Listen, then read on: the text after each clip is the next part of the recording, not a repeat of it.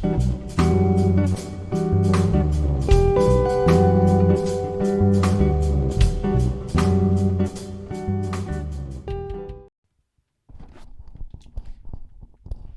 game is the game, episode 2.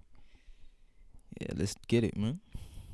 Alright, so I finished episode 1 yesterday. So I thought I had to get the ball rolling.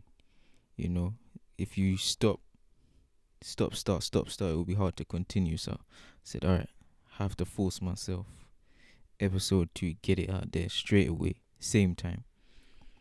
So, yeah, when you're freestyling, you forget some things that you were meant to cover.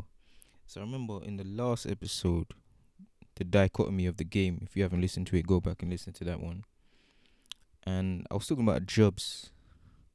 And looking back, I'm thinking, oh, maybe I was too negative on the jobs themselves. Because, a job can be beneficial for you if you're building the foundation, to get from one step to the next. It's necessary. You need to pay your bills. So you need that level of security. Well, you could go out there, I guess, and just go get it. But especially if you have dependents, and stuff like that, then a job is nothing. Like, you can learn from a job. Like, it doesn't have to be even if it is soul destroying, you can still learn from it. So even though all the jobs I've had, the different managers I've had, the different colleagues I've had, good and bad, I've been able to take things from them and apply it to my own, my own side hustles. And yeah, man, just if you have a job, I have a job at the moment. So if you have a job, just keep plugging away, but know that that's not the end goal. That's just a means to an end. So yeah, let's get on to the episode 2. Yeah, I just wanted to state that. So, but yeah, let's get episode 2. I wanted to start with a quote from Nietzsche. It's my top 5 quotes, I think. And he says, "To live is to suffer. To survive is to find some meaning in the suffering." And life, that you're gonna go through some stuff. It's unavoidable. And you just have to keep pushing. And that's what Unfoldable is. It's like,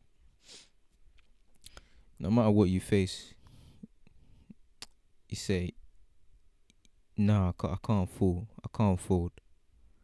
I just have to keep going.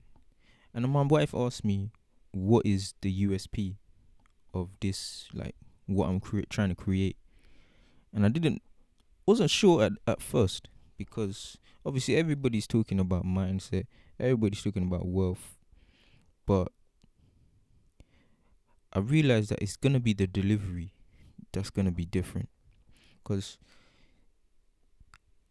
the subject matter is the same. Like, you can't to an extent, you can't really talk about anything new, but you can talk about it in a different way. And I think my journey so far, the wins, the losses, my life experience, it can give me a different take on what's already out there.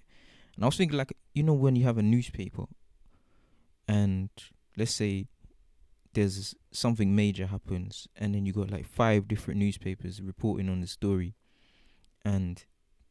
but they all report on it in a different way, and they report to different audiences. And some might have larger audiences than others, but they all have their own audience. And some people gravitate to one paper over the next. So yeah, that's what I'm thinking. Like, my style, what I've got to say, what I'm talking about, it's not going to be for everybody. In fact, it's not for most people, to be honest. It's for the very few unfoldable people out there. You might be one of them.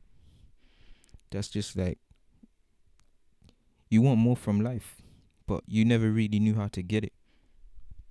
So, but you're on the journey and you're not giving up, and that's what this is about. So yeah, and it reminded me of Nipsey Hussle. So when R.I.P. when he came out, well, his last album actually, Victory Lap, on the track he's got a track called Rap Niggas, and that tune, it's like, it sets the tone. it sets the tone for what he's about. And he's the way that he raps and the things that he says, it separates him from everything else that's out there. And he's got a bar, and it's like Percy Miller at his best, jiggle with the rollie and the vest. So if you know rap, you'll know that Master P. He was at top of the game at one point. He made crazy billionaire. And then obviously Jay-Z is, he's Jay-Z. Everybody knows. But when he came out at first, with the Hawaiian shirts and the rollies and on the yachts, and he was different.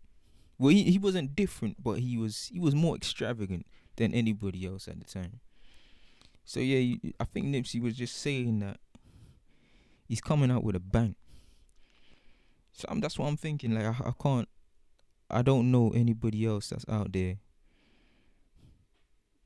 that can execute like me. And that's not to say that I can execute better, but just in a different way. Like how I think. Like the things that I want to do, the things that I want to achieve, the things that I've been working on, the people that I brought together. I think I got a gift, but I've been too introverted in getting it out there. But now is the time.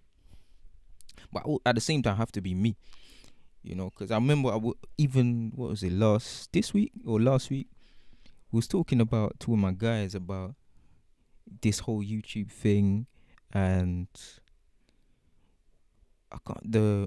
it came up about, what image are you gonna use for like your thumbnails, to get more clicks. And then the conversation went into, are you gonna be pulling, those crazy funny, they're not even funny, but those lame faces, and trying to get people to click on your videos. And I'm thinking, me, nah, could never be me, man. There's gonna be no corny stuff. It's just everything I have to stand for it. So I can't do, if I look at that as, strange or whatever, I can't just come into the same game now and be like, I'm gonna use those same techniques, because when I was a consumer, I wasn't for it. So as a creator, I can't be for it, because then I'll fold it, and that then if I fold at the first hurdle, how am I gonna talk about Unfoldable? So yeah, so everything that I put out, it's gonna be original. It's gonna be something that I stand on, and it's gonna help you grow, and it's gonna help me in the process as well. Yeah, because life is a journey. It's not a destination, and on the journey where we learn different things and in different ways. And some people gravitate towards someone else might gravitate towards that guy, and I think some people will gravitate towards me because of my style, because of how I put what I've learned out there, and how I want you to take action from the things that I'm putting out there. Because my goal is to get as many people as possible their first 100K. That's my goal. So soon I'm gonna be releasing another series called The First 100K. But yeah, it's just imagine. I just think to myself, imagine equipping people with the tools, the knowledge necessary for them to take action. Because a lot of the time, you don't know what you don't know. You don't know where to start. So it's like, if I can get everybody on board, this is what you need to do. Follow this path, add your own spin on it, and make that money. Secure your legacy, build your foundation, generational wealth, and all of that. That's what I'm on. And then I was thinking, okay, so in order to do that, I've watched a lot of content, and you hear about, what does it take to be successful, and all of this stuff. And after hundreds of different interviews and podcasts and all of this stuff, I came up with 3 things that I believe that most people, they always say in some form or another. And it's 1 is to be original, 2 stay disciplined, and 3 be consistent.